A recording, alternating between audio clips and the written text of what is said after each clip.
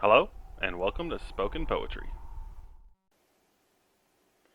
This video's poet will be Samuel Coleridge. Coleridge, the Romantic Renaissance man, was a literary critic, poet, and philosopher. It's common knowledge that he began the Romantic movement within England with his longtime friend and poet laureate, William Wordsworth. Like many of his contemporaries, Coleridge considered himself a loner and a bit of an isolationist at a young age. Rather than playing sports or attending events, he sat within the confines of his room and read to himself. The poet is also well known for his differing poetic elements contrary to those who have come before, effecting a style that seemed more conversational and personal, with many written to his wife. The transcendentalists such as Thoreau and Emerson were greatly influenced by his writing, as well as Mary Shelley, author of Frankenstein, and C.S. Lewis, author of the famous Chronicles of Narnia series. While Coleridge is most famous for his poem, The Rime of the Ancient Mariner, this poem will not be narrated at this time, but at a later date due to length. Samuel Coleridge died in 1834 at the age of 61. What is life? Resembles life what once was held of light, too ample in itself for human sight? An absolute self, an element ungrounded, all that we see, all colors of all shade, by encroach of darkness made? Is very life by consciousness unbounded?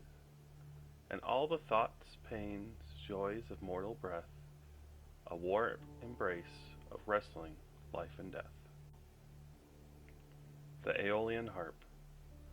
My pensive Sarah, thy soft cheek reclined, thus on mine arm most soothing sweet it is, to sit beside our cot overgrown, with white-flowered jasmine and the broad-leaved myrtle. Meet emblems they of innocence and love, and watch the clouds that late were rich with life, slow saddening round, and mark the star of eve. Serenely brilliant, such should wisdom be, shine opposite. How exquisite the sense, snatched from yon bean field, and a world so hushed!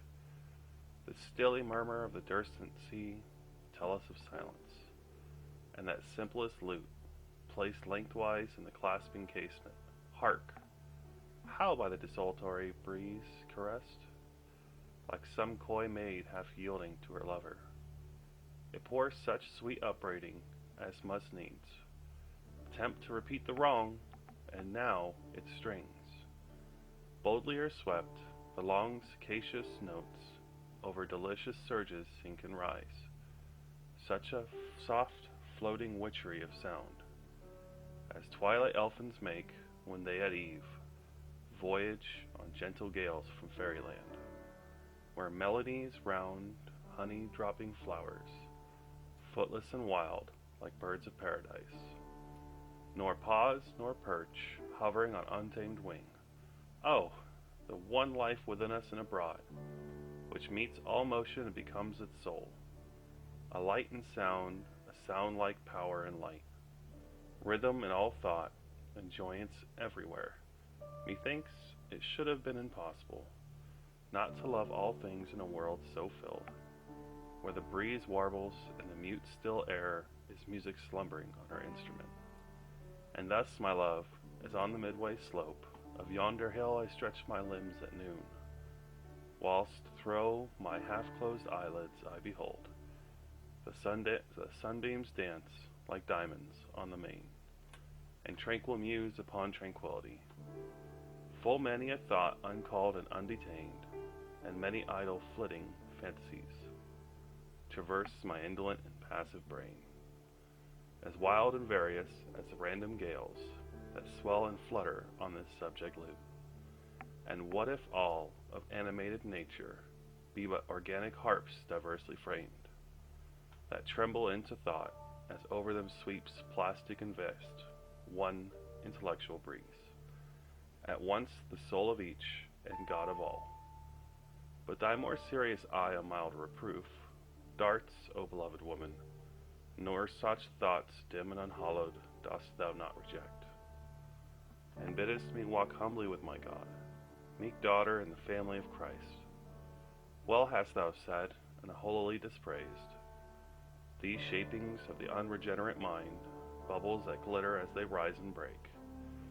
On vain philosophies I babbling spring, for never guiltless may I speak of him, the incomprehensible, save when with awe I praise him, and with faith that inly feels, who with his saving mercies healed me, a sinful man and most miserable man, wildered and dark, and gave me to possess peace and this cot and thee, heart-honored maid.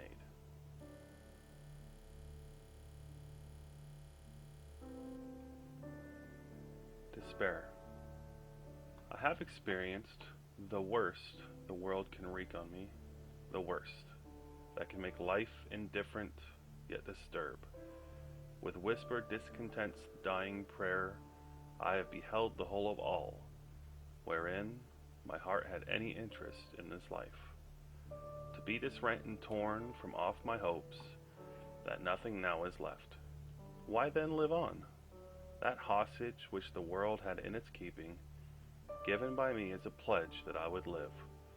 That hope of her, say rather that pure faith, in her fixed love which held me to keep truce, the tyranny of life is gone. Ah, whither? What boots it to reply? 'Tis gone. And now, well may I break this pact, this league of blood, that ties me to myself, and break I shall. Frost at midnight. The frost performs its secret ministry, unhelped by any wind. The owlet's cry came loud, and hark, again, loud as before. The inmates of my cottage, all at rest, have left me to that solitude, which suits abstruser musings, save that at my side my cradled infant slumbers peacefully. 'Tis calm indeed, so calm that it disturbs, and vexes meditation with its strange and extreme silentness. Sea, hill, and wood, this populous village, sea and hill and wood, with all the numberless going-ons of life. Inaudible as dreams, the thin blue flame lies on my low-burnt fire, and quivers not. Only that film which fluttered on the grate still flutters there, the sole unquiet thing.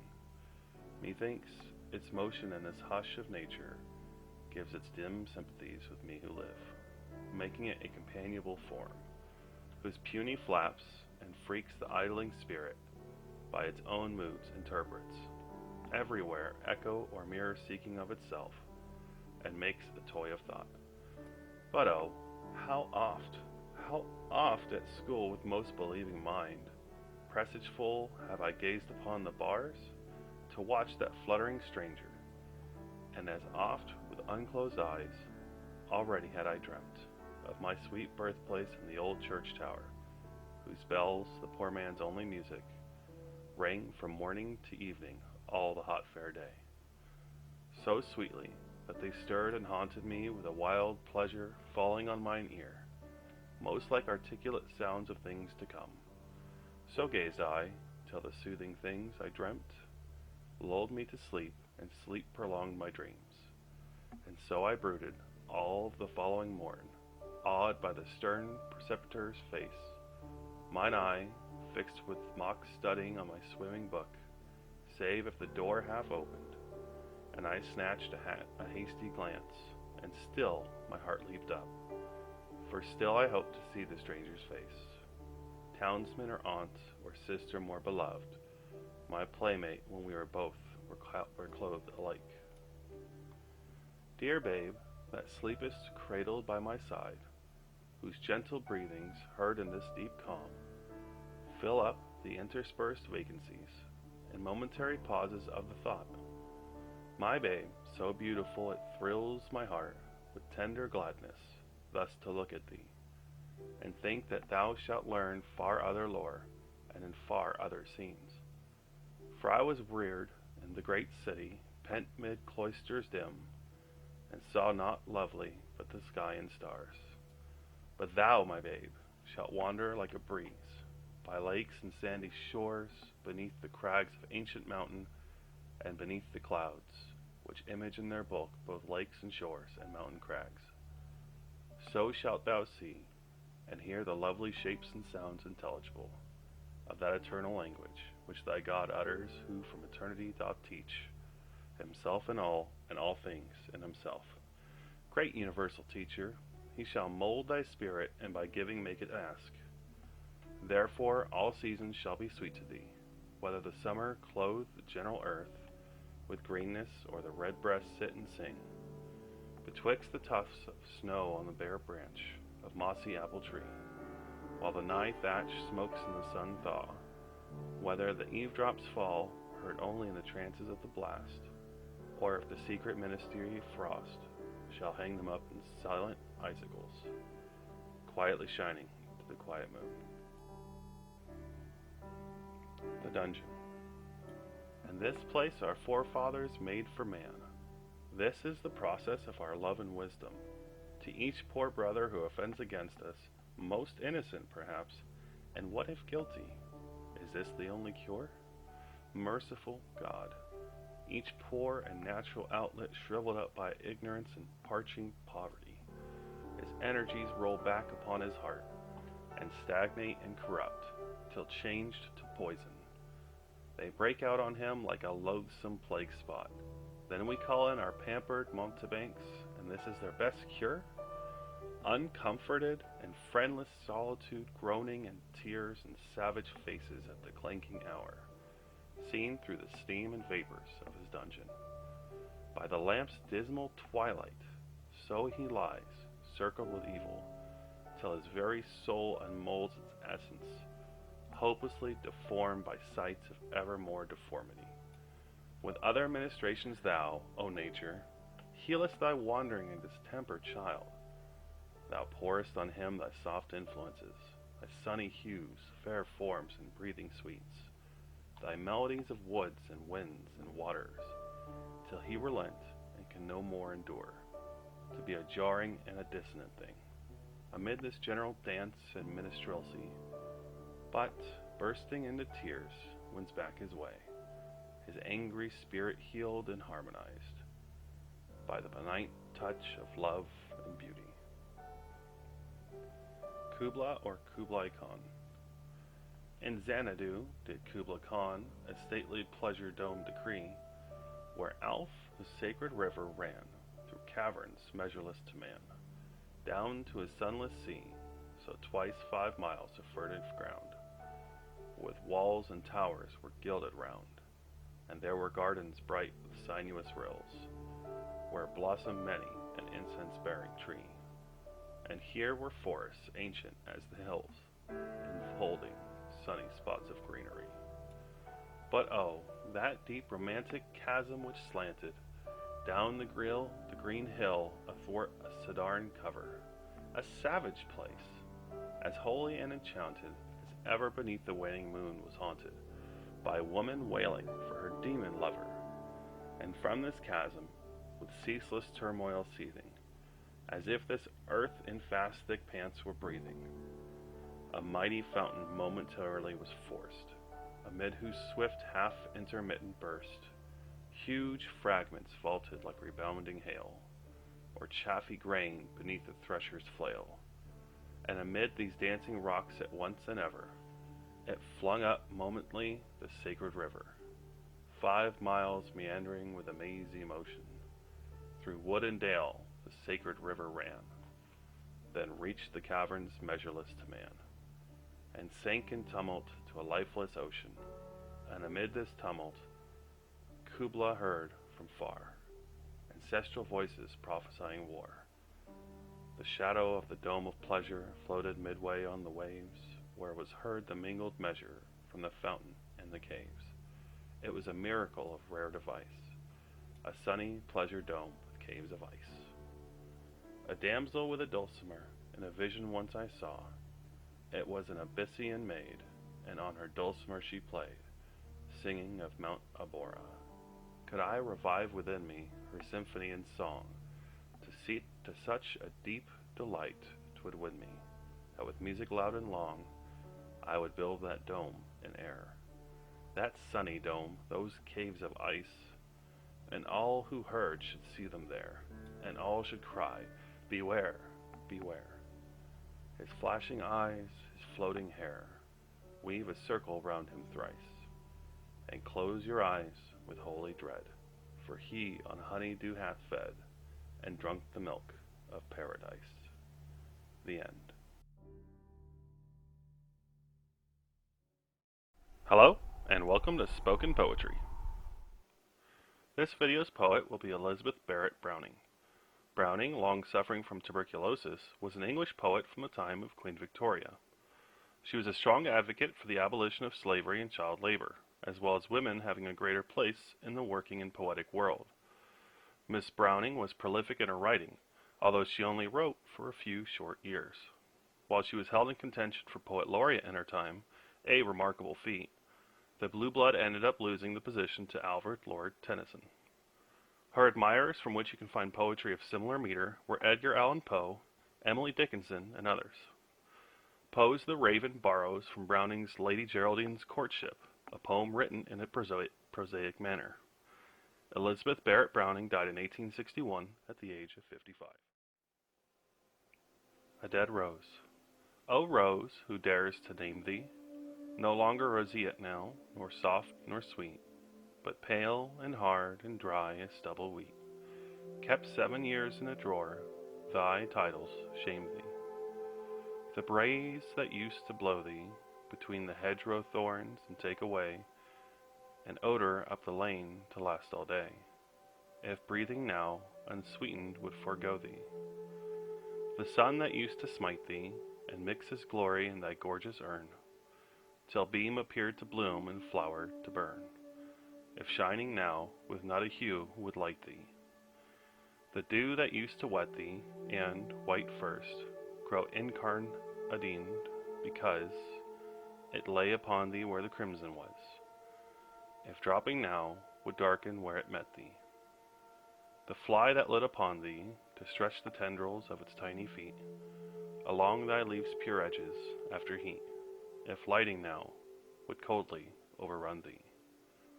The bee that once did suck thee, and build thy perfumed ambers up his hive, and swoon in thee for joy, till scarce alive, if passing now would blindly overlook thee. The heart doth recognize thee, alone, alone. The heart doth smell thee sweet, doth viewing thee fair, doth judge thee most complete, though seeing now those changes that disguise thee. Yes, and the heart doth owe thee more love, dead rose, than to such roses bold as Julia wears at dances, smiling cold. Lie still upon this heart which breaks below thee.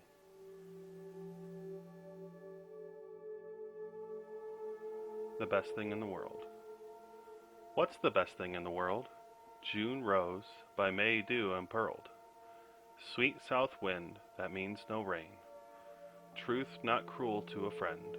Pleasure not in haste to end. Beauty not self-decked and curled, till its pride is overplain. Love, when, so, you're loved again.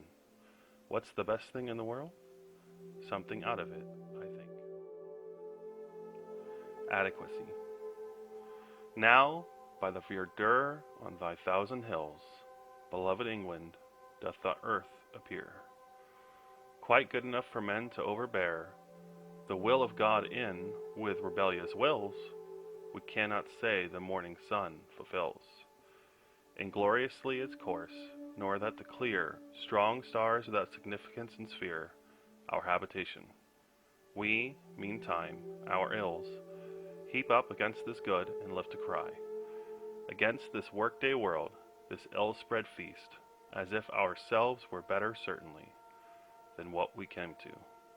Maker and High Priest, I ask thee not my joys to multiply, only to make me worthier of the least.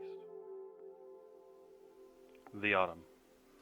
Go, sit upon the lofty hill, and turn your eyes around, where waving woods and waters wild do hymn an autumn sound. The summer sun is faint on them, the summer flowers depart. Sit still, as all transformed to stone, except your musing heart. How there you sat in summer time may yet be in your mind, and how you heard the greenwood sing beneath the freshening wind. Though the same wind now blows around, you would its blast recall. For every breath that stirs the trees doth cause a leaf to fall. Oh, like that wind is all the mirth that flesh and dust impart. We cannot bear its visitings when change is on the heart. Gay words and jests may make us smile when sorrow is asleep, but other things must make us smile when sorrow bids us weep. The dearest hands that clasp our hands, their presence may be over. The dearest voice that meets our ear, that tone may come no more. Youth fades, and then the joys of youth, which one refreshed our mind, shall come as, on those sighing woods, the chilling autumn wind. Hear not the wind, view not the woods, look out over vale and hill. In spring, the sky encircled them, the sky is round them still. Come autumn's scathe, come winter's cold, come change and human fate. Whatever prospect heaven doth bound can never be desolate.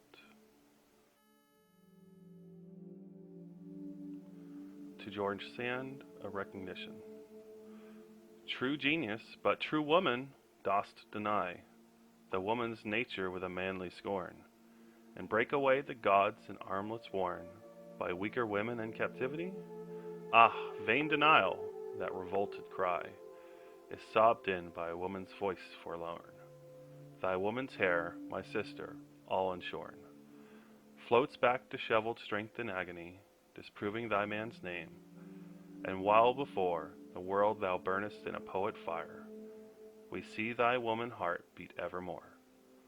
Through the large flame beat purer heart and higher, till God unsex thee on the heavenly shore, where unincarnate spirits purely aspire. How do I love thee? How do I love thee? Let me count the ways. I love thee to the depth and breadth and height my soul can reach when feeling out of sight. For the ends of being an ideal grace, I love thee to the level of everyday's most quiet need by sun and candle light. I love thee freely as men strive for right. I love thee purely as they turn from praise. I love thee with the passion put to use in mild griefs, and with my childhood's faith I love thee with a love I seem to lose. With my lost saints I love thee with the breath, smiles, tears of all my life, and, if God choose, I shall but love thee better after death. The end. Hello, and welcome to Spoken Poetry. This video's focus will be the great Joseph Addison. Addison, the son of a reverend, was a catch-all or Renaissance man. He dabbled in essays and journalism, poetry, politics, and plays. He educated the public masses in his magazine The Spectator with his fellow founder and friend Richard Steele. The Spectator was a hit in his time, teaching his contemporaries on the joys of literature, philosophy, and good manners in society. Addison, though mostly well known for his essays, wrote poetry most of his life and passed away in 1719 at the age of 47. The poems selected for this video are multitudinous and will be presented as they arrive. Hope. Our lives, discolored with our present woes, may still grow white and shine with happier hours. So the pure limped stream, when foul with stains of rushing torrents and descending rains, works itself clear, and as it runs refines, till by degrees the floating mirror shines, reflects each flower that on the border grows, and a new heaven in its fair bosom shows. Immortality. O liberty, thou goddess heavenly bright, profuse of bliss and pregnant with delight, eternal pleasures in thy presence reign, and smiling plenty leads thy smiling train. Ease of her load subjection grows more light, and poverty looks cheerful in thy sight. Givest beauty the sun, and pleasures to the day. Thee, goddess thee, Britannia's isle adores. How oft has she exhausted all her stores? How oft on fields of death thy presence sought, nor thinks the mighty prize too dearly bought. On foreign mountains may the sun refine the grape's soft juice and mellow it in wine. With citron groves adorn a distant soil, with the fat olives swell with the floods of oil. We envy not the warmer clime that lies in 10 degrees of more indulgent skies, nor at the coarseness of our heaven repine, though o'er our heads the frozen Pleiades shine. 'Tis liberty that crowns Britannia's isle, and makes her barren rocks and her bleak mountains shine. When rising from the bed of death. When rising from the bed of death, overwhelmed with guilt and fear, I see my Maker face to face. Oh, how shall I appear? If yet, while pardon may be found, and mercy may be sought, my heart with inward horror shrinks and trembles at the thought. When thou, O Lord, shalt stand disclosed, in majesty severe, and sit in judgment on my soul, oh, how shall I appear? But thou hast told the troubled mind, who does her sins lament, the timely tribute of her tears shall endless woe prevent. Then see the sorrow of my heart, ere yet it be too late, and hear my Saviour's dying groans, to give those sorrows weight. For never shall my soul despair, her pardon to procure, who knows thine only Son has died, to make her pardon sure. Ode to Creation. The spacious firmament on high, with all the blue ethereal sky, and spangled heavens, a shining frame, their great original proclaim. The unwearied sun from day to day does his Creator's power display, and publishes to every land the work of an almighty hand.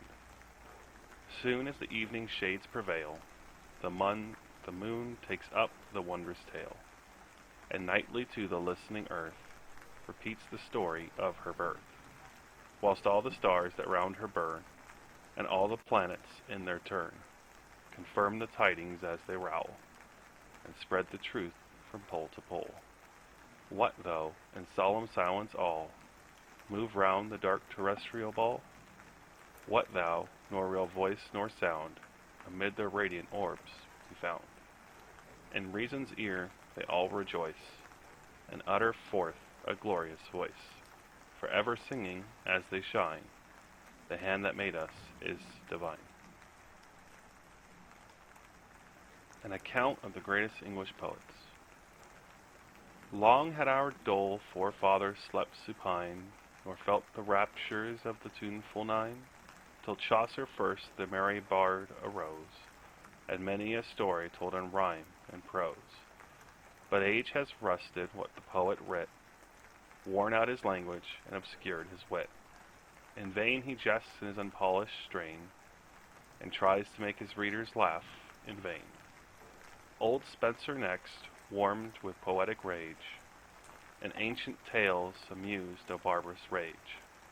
An age that yet uncultivate and rude, wherever the poet's fancy led, pursued, through pathless fields and unfrequented floods, to dens of dragons and enchanted woods. But now the mystic tale that pleased of yore can charm an understanding age no more. The long-spun allegories fulsome grow, while the dull moral lies too plain below. We view well pleased at distance all the sights of arms and palfreys, battles, fields, and fights, and damsels in distress and courteous knights. But when we look too near, the shades decay, and all the pleasing landscape fades away. Great Cowley then, a mighty genius, wrote, overrun with wit and lavish of his thought, he turns too closely on the reader press. He more had pleased us, had he pleased us less. One glittering thought no sooner strikes our eyes, with silent wonder, but new wonders rise. As in the Milky Way a shining white overflows the heavens with one continued light, that not a single star can show his rays, whilst jointly all promote the common blaze. Pardon, great poet, that I dare to name the unnumbered beauties of thy voice would blame. Thy fault is only wit in its excess, but wit like thine in any shape will please. What muse but thine can equal hints inspire, and fit the deep-mouthed Pindar to thy lyre? Pindar, whom others in a labored strain and forced expression imitate in vain, well pleased in thee, he soars with new delight, and plays in more unbounded verse, and takes a nobler flight. The end.